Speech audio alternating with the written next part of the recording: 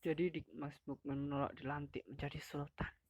Pangeran Hadiri bertanya tanpa bisa menyembunyikan kekecewaannya.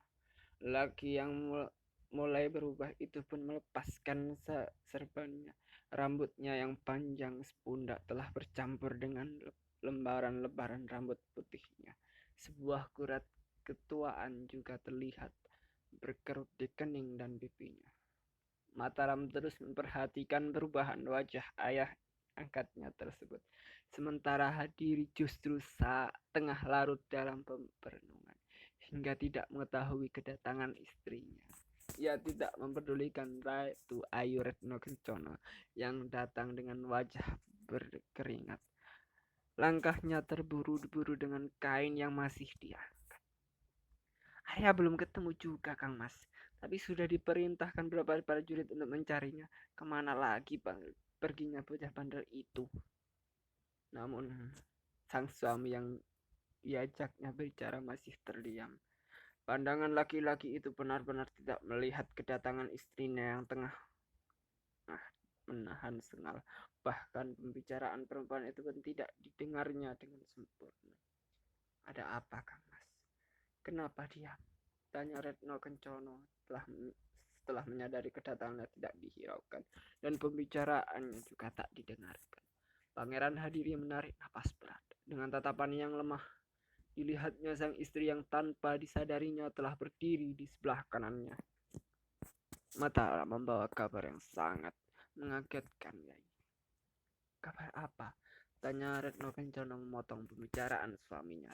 Mataram yang melihat ibu asuhnya penasaran pun ikut terdiam. Seolah sengaja membiarkan agar sang ayah angkatnya saja yang menjelaskan apa yang baru dia ceritakan. Dia baru pulang dari Prawoto. Dimas Mukmin telah menolak dilantik menjadi sultan. Ucap Hadiri pelan, masih dengan menghela napas panjang. Sontak berita itu pun membuat wajah Retno Kencana memucat. Benar begitu, Mataram. Perempuan itu menolehkan pandang pada anak asuhnya yang duduk di kursi berukir bentuk teratai. Lelaki muda yang tengah menunduk tepat di sebelah kirinya. Haryo Mataram hanya menghaturkan sembah seolah menjadi jawaban bahwa ia membenarkan apa yang baru saja disampaikan ayah angkatnya. Retno Kencana kemudian menatap tegang, seakan belum percaya dengan apa yang baru didengar. Jadi, Dimas Mukmin menolak keputusan yang telah ditetapkan, bisiknya dengan rasa kecewa. Tak kusangka, kabar ini yang akan menjadi keputusan. Kepastian yang sudah sejak lama kami nantikan dengan penuh pengharapan. Perempuan itu pun menolehkan pandang ke kanan, menatap pada suaminya yang juga tengah dikecam kekecewaan yang sama. Pandangan yang kemudian dialihkan kepada Mataram yang duduk di sebelah kirinya. Jadi, kedatanganmu hanya untuk memberi kabar yang mengecewakan ini saja, Mataram.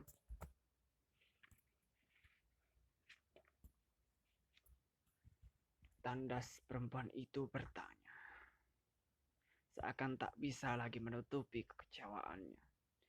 Meskipun sebenarnya kekecewaan itu bukan ditujukan kepada Mataram, melainkan lebih kepada adik kandungnya, Raden Bagus Mukmin. Namun Mataram yang menyampaikan kabar justru telah merasa bahwa dialah yang sedang menjadi sasaran kekecewaan kedua orang tua angkatnya. Dan pandang mata Retno Kencana yang tajam, seolah menegaskan ulang tentang itu semua.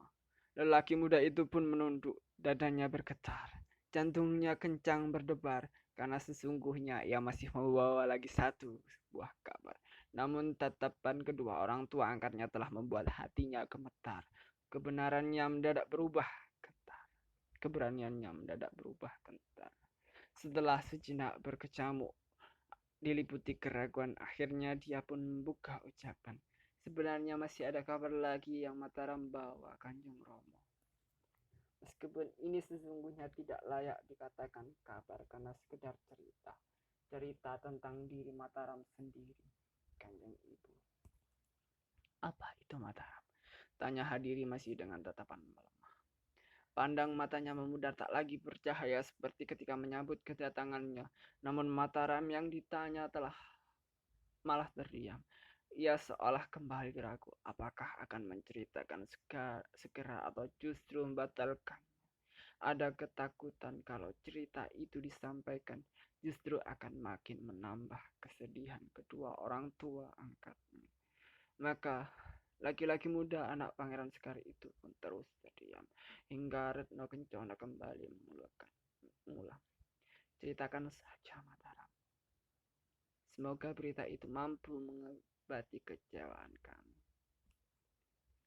Mataram pun menolehkan pandangannya. Ia melihat ibu angkatnya yang sorot matanya seolah meminta untuk mengungkapkan berita yang masih ia bawa.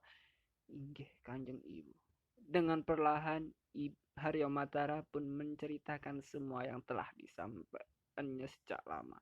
Cerita yang ia bawa dari Demak hingga harus buru-buru ke Jepara agar rasa itu tidak makin menecam jiwanya. Rasa yang terus bergejolak, justru setiap ia ingin menolak. Dan dengan bercerita kepada kedua orang tuanya, ia harap ada kelegaan yang bisa didapatkannya. Atau bahkan penyelesaian yang memuaskan baginya. Mataram pun dengan raut menceritakan. Mataram pun dengan runtut menceritakan semua yang dirasakan.